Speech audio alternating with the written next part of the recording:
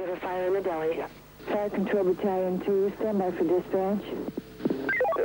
We have a report of a fire in the building in the deli of the MGM. November 21st, 1980. At the time, the MGM Grand Hotel fire was the second worst hotel fire in U.S. history, and it ushered in a decade of deadly high-rise fires. Hello, I'm Joe Witte, and welcome to Disaster Chronicles. In this program, we'll learn how a small fire in this building became a disaster. We'll meet people who survived harrowing hours trapped in the hotel, and we'll learn how this tragedy forced the issue of high-rise safety into the consciousness of Americans. But first, let's go back to that catastrophic morning as the disaster unfolded. The 26-story MGM Grand was the city's preeminent luxury hotel.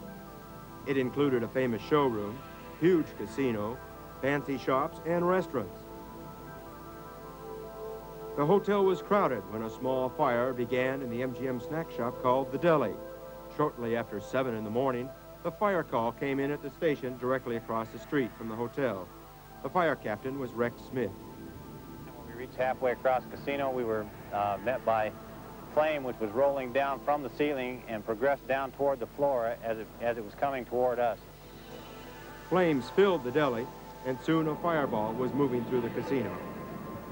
The flame was traveling at such a rate that it chased us back to the entrance that we came in at. Officials later estimated the fire traveled across the casino, the length of a football field, in less than 20 seconds. Chief Fire Investigator of the Clark County Fire Department, Mike Patterson.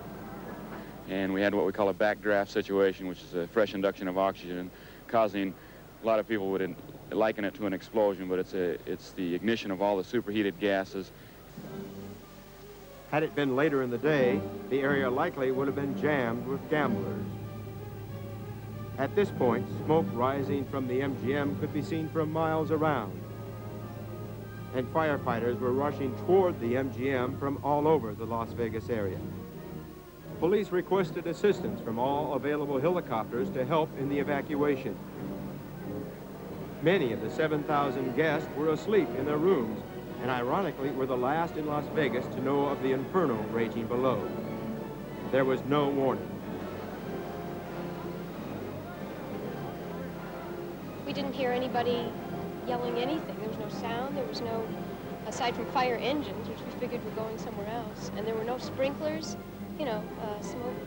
There was just nothing to alert anybody. No personnel in the hotel made any effort where we were to notify anybody. No one was knocking on the doors. The fire never went above the second floor and was quickly contained. But the smoke continued to spread above. I heard a lot of running in the hallway, and it just didn't sound normal to me. So I opened the door, and the hallway was just covered with smoke. And I wasn't dressed. I grabbed my coat. I just left. I ran and ran and ran, and I went nowhere. Fire engine ladders only reached 9 stories up. No help to those on the upper floor. We're on 19th floor, and the smoke was coming. We were at an angle, and so we were really getting the smoke. And we took wet towels and soaked them in water, put wet towels by the door. And we just lucky to get out of there. As people tried to escape, many were forced back to their rooms, trapped by the smoke. On balconies, they begged and screamed for help, waiting for what must have seemed like an eternity. Many broke windows in desperation for some fresh air. For over an hour, the sound of glass never stopped. I saw a sheet of glass 3 feet square anywhere, 4 feet square, come down and shatter on a fireman in the middle of the ladder. They didn't break out just a pane or two. They broke out the whole thing. And in some instances, they broke out the wall. Some made daring escapes, and others jumped. We saw one lady jump from the other side over here, about 8 floors down. Even after the fire was out, the rescue drama continued for hours.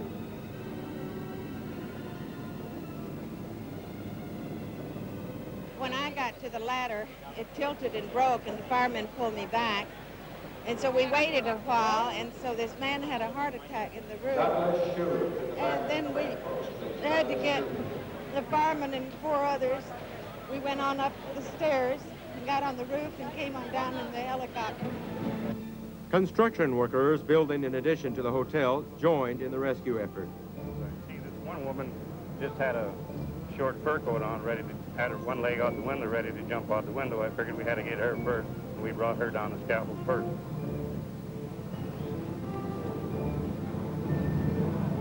And I went up 2 more times after that and got more people down, but that's when the smoke got to me, and I went to the hospital 4 days. Helicopters were crucial, airlifting people off balconies and hundreds off the roof. Below, guests were instructed to remain calm. The firemen will reach you. Stay in the building. The firemen will reach you. But the helicopters also created a great deal of confusion, noise, and blowing debris.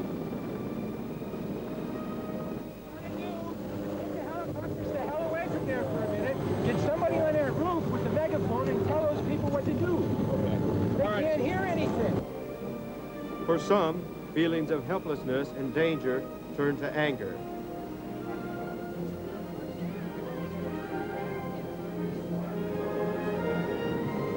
As a stream of people slowly emerged from the hotel, some on their own power, others in much more desperate condition, frantic life-saving efforts went on in the street.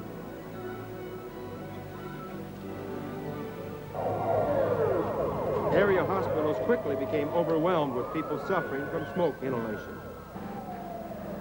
2 hours after the fire erupted, the firemen made their way to the 19th floor and above. There, they found smoke and heart attack victims dead or dying.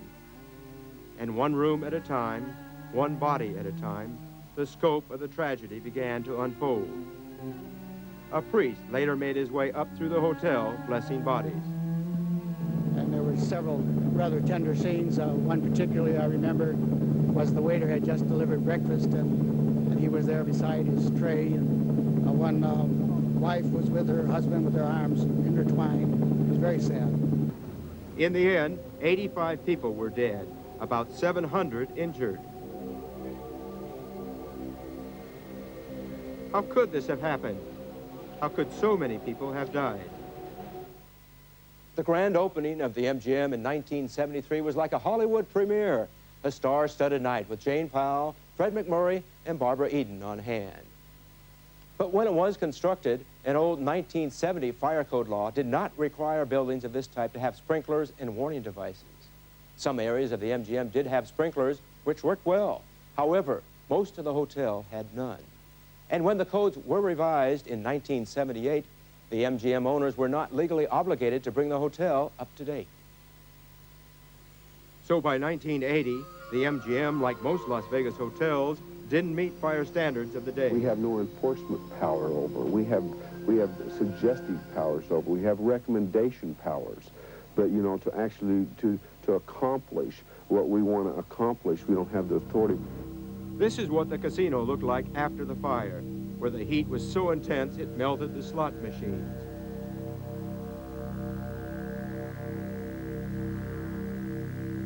And the theater, another place of play and entertainment, turned tragic.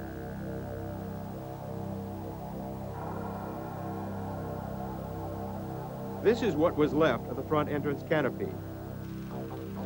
17 people died on the ground floor, 8 from burns, the others from smoke inhalation.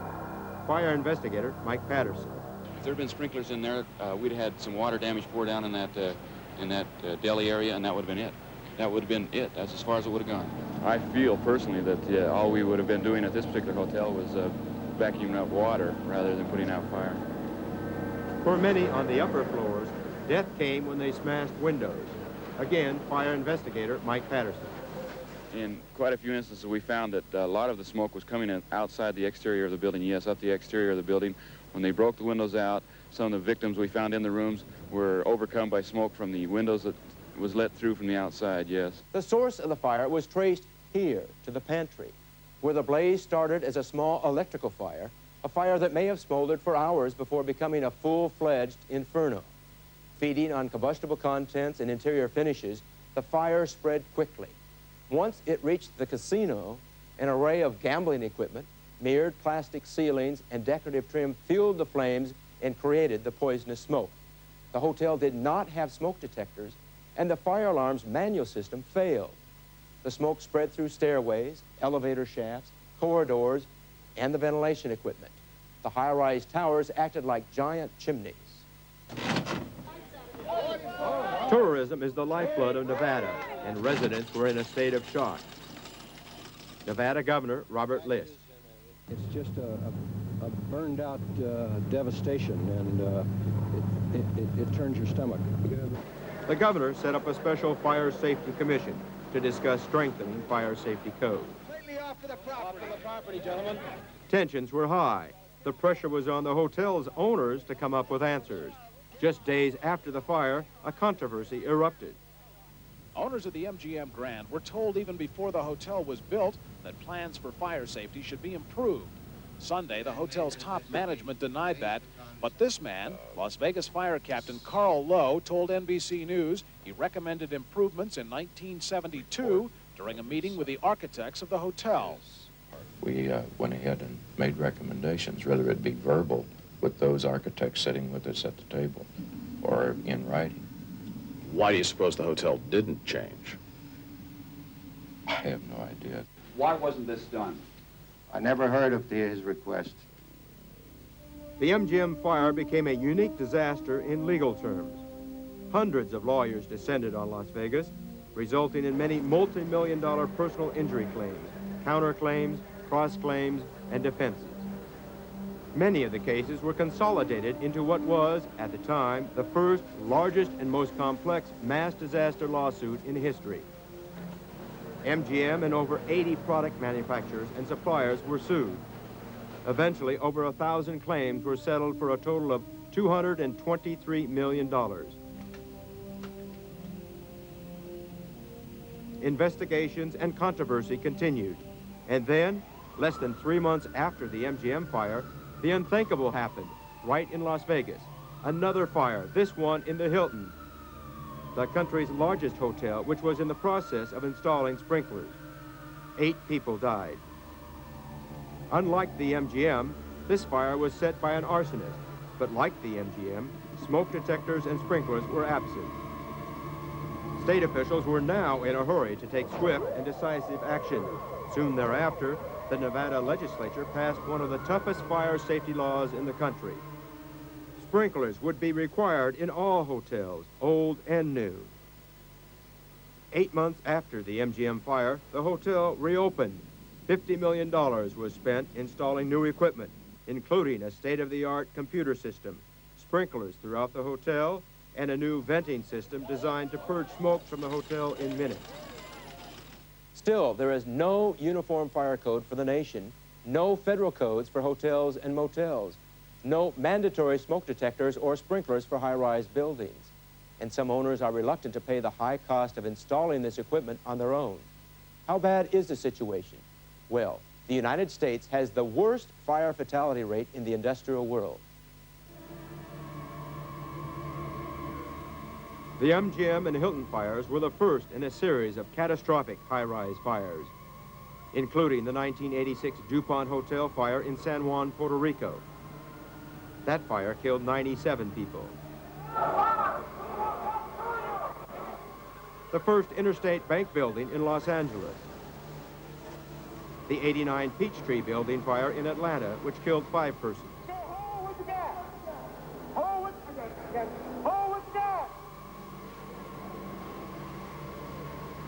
And the March 1991 Meridian Plaza Hotel fire in Philadelphia, where 3 firefighters lost their lives. Many of these catastrophic fires have been the impetus for change in city and state building codes nationwide. But we are learning the hard way. Still, the government estimates that less than half the hotels and motels in the United States have sprinklers. You've probably heard it before. It's the smoke that kills. During fires, people are rarely burned to death. As we've seen in the case of the MGM disaster, most fatalities are caused by asphyxiation. Smoke contains a number of deadly gases. and smoke from burning plastics and synthetic materials are lethal. Watch this typical living room couch during a test burn. Within seconds, the fire engulfs the entire room and smoke spreads rapidly. In an uncontrolled fire, the smoke can spread out much faster. This is what was left of chairs after the fire in the MGM casino. The synthetic material was burned off, but the rest of the chair was left basically intact. In hotel rooms, in our homes, in our daily lives, we are surrounded by products that can produce a host of toxic gases. Padding in most upholsteries, vinyl seat coverings, carpets, drapes, and plastic pipes, all are potential killers. So as long as we live in an increasingly synthetic world, we ought to learn how to survive a hotel fire. Here is a dramatization of safety precautions recommended by experts. Notice the layout of your room and the hallways. Keep your key within easy reach. Know where exit doors are, as well as fire alarms. Hallways can fill up in seconds with noxious, blinding smoke. Stay low to the floor and never use elevators. They can fill with smoke, electricity could be cut, and in some cases, elevators have been known to take people right to the floor where the fire is. Keep a flashlight in your suitcase. Experts even recommend packing duct tape to seal doorways. Use towels to block smoke as well. Those are safety precautions that many in the MGM did not know about. Like Herman Cherami and his wife Mary, who were stranded in their room on the 24th floor the morning of the fire in 1980. They were in Las Vegas on vacation with Herman's sister and husband. 10 years later, they returned and stayed at Bally's, the new name for the MGM. It's hard to get it out of your mind. I never will. You know, you never forget. The bad memories were so powerful, they had to check out early. And we walked in and we opened the door, and I smelled nothing but smoke, as if it had a smell. And I know that they cleaned this thing and changed everything and remodeled it. And it's a beautiful hotel, you know, but still the memories were there. And On the morning of the fire in 1980, the Cheramis were trapped on their balcony for 2.5 hours before fighting their way to the roof, where helicopters flew them to a disaster center. There, they joined 2,000 other survivors. Herman Cherami received medical help and waited for word on Gus Guidry, his sister's husband. He was at the casino last week, you know of it. His wife and he was still down there, right? His wife was upstairs, yes. And she left him downstairs at, yes. you know, 6:30. And you have not heard from him since? No, and we've checked all over. Yes, I'm sure you have. The Cheramis, like countless others, spent the next 2.5 days searching for friends and family. But they eventually found out that Gus Guidry didn't survive. After the fire, the Cheramis couldn't go back to their restaurant business. The smell of smoke was too much. And after years of vacationing in Las Vegas with the Guidrys, coming here just wasn't the same. There's something missing. There's no more enjoyment, okay? And we force ourselves because the wife loves it and I like it. You know, it's kind of a coming away, but it's hard. The enjoyment's not there anymore. And we've come with a lot of other people, but you're still lacking that link. The 85 deaths in the MGM fire were appalling, and some fire experts predict that we haven't seen the worst in high-rise tragedies. Our awareness of fire is greater. In some cities and states, fire codes have been strengthened, and people are listening to experts who for years have been saying that people don't die in buildings that are fully equipped with sprinklers. Fire safety is up to all of us, from builders to hotel guests to public officials. It's a cliche, but it's true. Most fires are preventable. Thanks for joining us on Disaster Chronicles. I'm Joe Witte.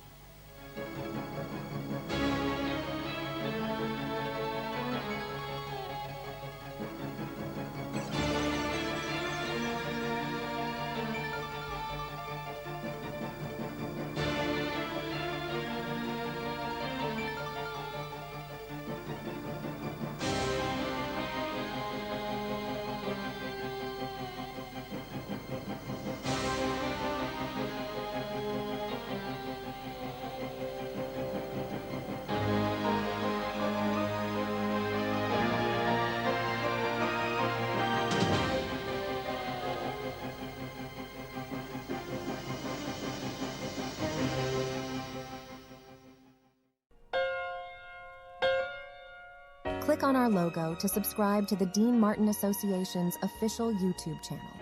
Please also visit DeanMartinAssociation.com.